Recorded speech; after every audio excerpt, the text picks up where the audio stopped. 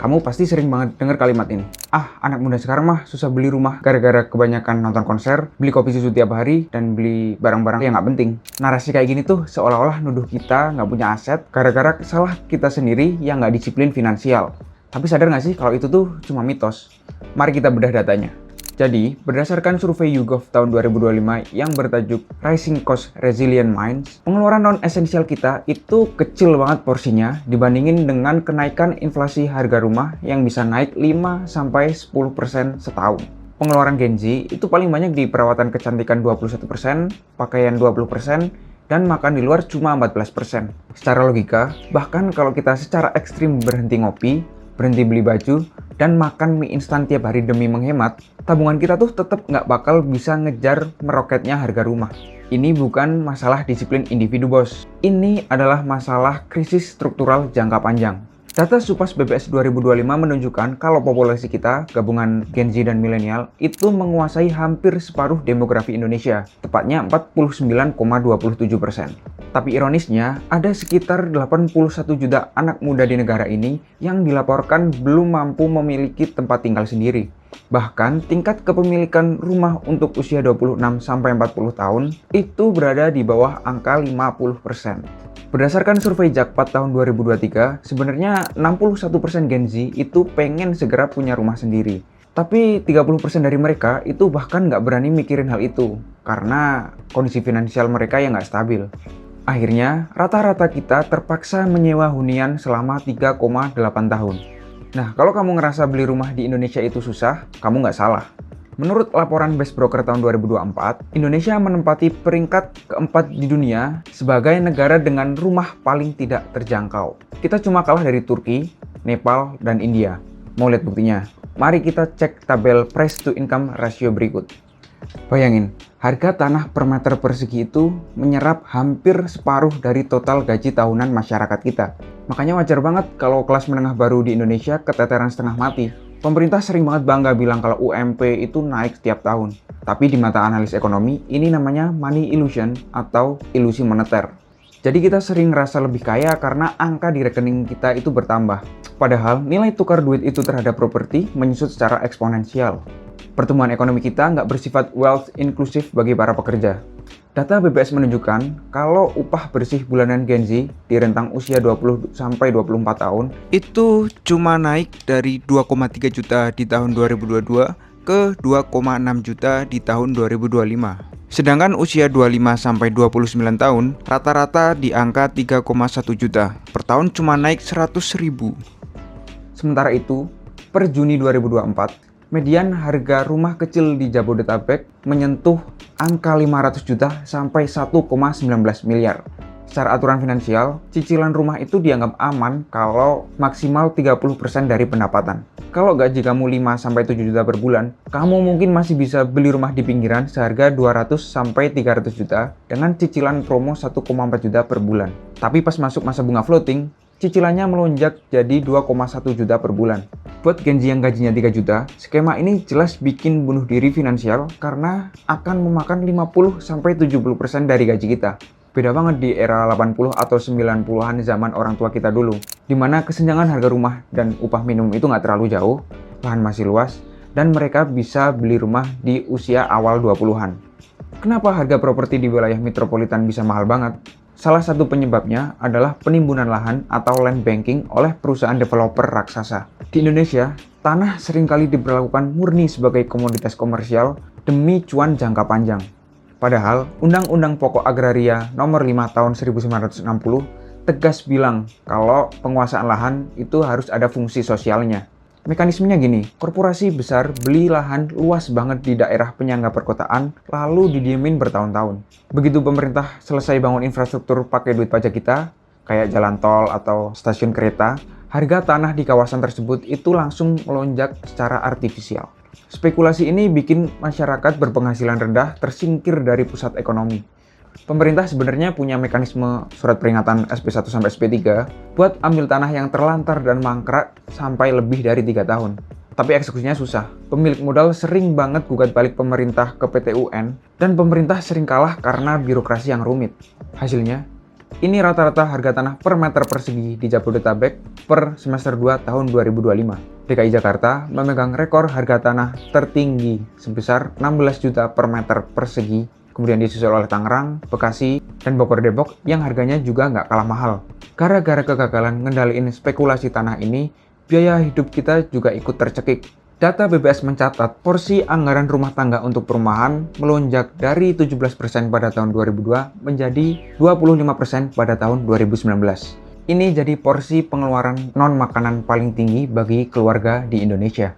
Buat sebagian kecil Gen Z yang berhasil ngumpulin duit buat DP KPR, perjuangan belum selesai. Kalian harus siap menghadapi jebakan Batman bernama suku bunga mengambang atau floating rate. Di awal KPR komersial, bank bakal kasih fixed rate yang manis selama 1-5 tahun. Tapi setelah itu, bunga otomatis dilepas ngikutin pasar dan BI rate. Nah, sebagai gambaran di pertengahan Juni 2026, Bank Indonesia baru aja menaikkan suku bunga acuan atau BI rate sebesar 5,5% untuk menjaga stabilitas rupiah. Dampaknya, bunga KPR ikut naik sebesar 0,25 sampai 0,5%. Coba kita simulasikan dampaknya kalau kita punya plafon kredit 750 juta dengan tenor 15 tahun. Begitu suku bunga KPR tahunan naik dari 10% menjadi 10,5%, angsuran bulanan kita naik dari Rp8.050.000 per bulan jadi Rp8.260.000 per bulan. Ada kenaikan sebesar Rp210.000 per bulan yang harus kita bayar. Di awal masa kredit KPR dengan skema anuitas, duit yang kita bayar tiap bulan itu porsi besarnya buat ngurangi bunga pinjaman doang, bukan untuk ngurangin utang pokok. Nyesek nggak tuh? Belum lagi ada biaya siluman atau hidden cost yang nilainya bisa 5% sampai 10% di luar harga rumah. Ada biaya provisi bank 1%, pajak pembeli atau BPHTB 5%, biaya notaris, biaya appraisal, sampai asuransi jiwa. Jadi kalau kita mau beli rumah seharga 300 juta, selain nyiapin DP 30 juta, kita wajib megang uang tunai sebesar 15-30 juta di tangan untuk bayar biaya-biaya ini sebelum akad. Banyak dari kita yang gagal transaksi karena nggak tahu ada hal ini. Dan kalau akhirnya kamu terpaksa beli rumah murah di pinggiran jauh kayak Parung Panjang atau Tenjo, kamu bakal kena dilema biaya komuter. Emang sih tarif KRL murah dari Bogor sampai Jakarta Kota cuma sekitar Rp6.000 sekali jalan. Tapi buat daerah yang belum terakses KRL, ongkos angkutan informal berplat hitam itu bisa nguras kantong dari 2-4 juta per bulan. Ditambah lagi, fisik kamu bakal habis karena waktu produktif terbuang 3-4 jam di perjalanan setiap hari. Hambatan berikutnya datang dari era digital. Integrasi teknologi finansial konsumtif atau pinjol dan buy now pay later. OJK menegaskan kalau semua transaksi pay later dan pinjol berizin itu terintegrasi penuh ke dalam sistem layanan informasi keuangan OJK alias BI Checking. Riwayat kedisiplinan kita bayar cicilan mikro bakal otomatis nentuin kolektibilitas kredit kita di mata bank. Data OJK per semester 1 tahun 2024 menunjukkan kalau outstanding pembiayaan pay later kita itu mencapai 30,14 triliun dengan pengguna sebanyak 14,37 juta. Parahnya, kontribusi kredit macet terbesar dipegang oleh milenial sebesar 38% dan Gen Z sebesar 31,7%. Total hampir 70% kredit macet pay later berada di pundak anak muda di bawah 40 tahun. Direksi PT Summarecon Agung Tbk bahkan sampai curhat kalau banyak banget calon pembeli rumah pertama dari kalangan anak muda yang langsung ditolak aplikasi KPR-nya sama bank. Alasannya sepele, karena mereka masih punya cicilan aktif atau tunggakan kecil pada barang konsumsi sekunder kayak TV, kulkas, atau handphone. Ironis banget, di satu sisi minat beli anak muda tinggi. 62% pembeli rumah baru di Bekasi itu milenial dan 16-17%-nya Gen Z. Tapi mimpi mereka patah karena skor kredit pay later yang buruk. Padahal ya, mungkin kita beli pakai pay later itu karena duit gaji kita udah habis buat bayar kontrakan atau kos. Jadi masalahnya juga tetap di tempat tinggal juga sebenarnya. Nah, masalah ini tuh makin runyam buat teman-teman kita yang kerja di sektor informal. Sistem pembiayaan perumahan kita itu masih kaku dan bias banget sama pekerja formal berpendapatan tetap yang punya slip gaji resmi.